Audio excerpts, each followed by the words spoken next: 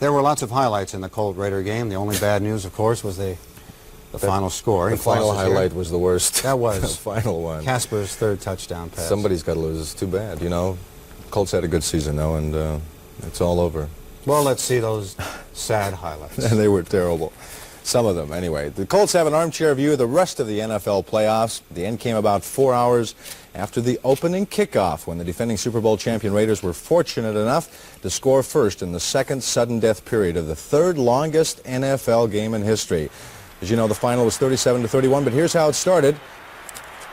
Well, we're watching the Denver highlight of this afternoon's game, which Denver, by the way, won over Pittsburgh, and I think we'll get to that in just a moment. Oh, we're going to go right back to it. Now, here we go. Clarence Davis in the first quarter puts Oakland on top by a score of 7-0 on this 30-yard run. Bruce Laird at the last had a chance, but slipped through his hand. And Baltimore came right back. Watch this. Stabler goes for Van Egan here at the 38. Bruce Laird steps right up in front of him, and he takes the ball back 67 yards. It's the longest return of the AFC playoff history, and quite a pick. He'll show it to you one more time. Watch Van Egan. Comes out of the right, stops at the 38. Laird comes right up in front of him, steps up, grabs the ball. That's his fourth interception of the year, and that ties it back up at 7-all. Now, following a Colts field goal for a 10-7 halftime lead, Stabler brings the Raiders back with this 41-yard pass to Cliff Branch. That gives Oakland a 1st and 10 at the Baltimore 28-yard line. Then 2 plays later, the Snake finds Casper for the first of 3 touchdown catches in the ballgame, and Oakland is back out in front, 14-10. 3 seconds later, by way of the official clock, Marshall Johnson, now watch this, brings the hometown crowd back to its feet with cheers, and this electrifying 87-yard kickoff return goes all the way. He's been with the club 3 years, 2 knee operations, been on the injury list a lot, but he sure didn't look like it here. 17-14, Baltimore back on top. Now, following another exchange, Baltimore's forced to punt, but Lee's attempt here is blocked by Ted Hendricks, and Jeff Barnes, number 56, picks it up over the left side, and the Raiders have a 1st and 10 at the 16 of Baltimore. A couple of plays later, again, the big redhead is open over the middle, and Stabler with lots of time. Look how much time he has. He hits Dave Casper with a 10-yard strike, 21-17, Oakland on top. Now watch this, pretty smart play. 4th and just inches to go. Stabler takes all the time, 30 seconds, hoping to draw the Colts, rocking back and forth offsides. It doesn't work. And now in the 4th quarter, still 21-17. Jones has taken them almost 70-yard here at interference call against Lester Hayes on Dowdy. Then just with inches to go, Lee goes over, 24-21. Colts are back on top as it's seesawed. Now Stabler drives the Raiders downfield with some help. Here Nelson Muncie gets an interference called against him as he tries to defend against Cliff Branch. And Pete Banaszak then goes over the right side, 28-24. Oakland takes the lead again. Jones now, 9 minutes to go, calls the best drive in the game for the Colts. Chester, 30-yard pass over the middle, and he hangs on to the football. Burt now finds Ron Lee coming out of the backfield, a 1st down at the 27-yard line of Oakland. Now this time Lee again. He'll carry it around the left side behind some good blocking, and it's 1st and 10 at the 13.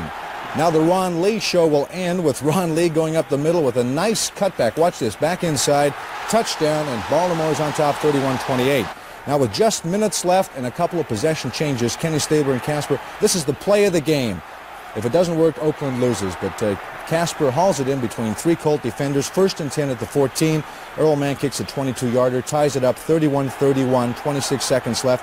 Mann has a try in the extra period from 48 yards out. It's blocked by Mike Barnes, but then following another couple of exchanges, Stabler starts from good field position here. He'll hit Cliff Branch on 3rd and 19. Watch right at the marker. Now watch where Branch goes down. See the marker on the far side.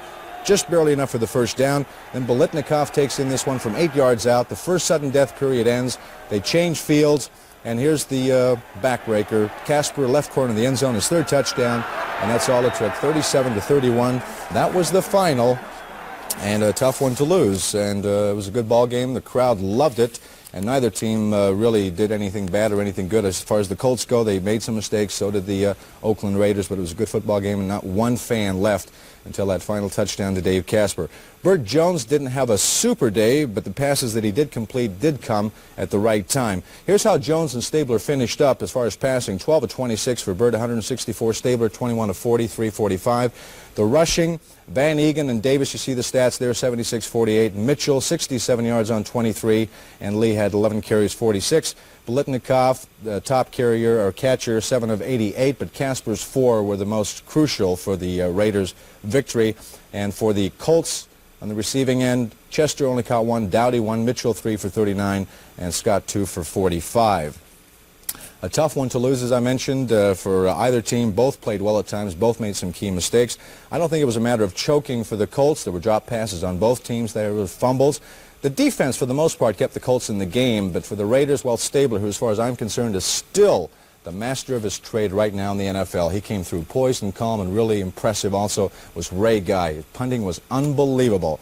So now Oakland moves on to the AFC title game, and the Colts will take some time off before regrouping next summer. You may not always agree with the way Marchibroda and some of the players do things, but you have to admit one thing. Ted has brought a winner back to this town, and how many NFL cities can say that or have ever...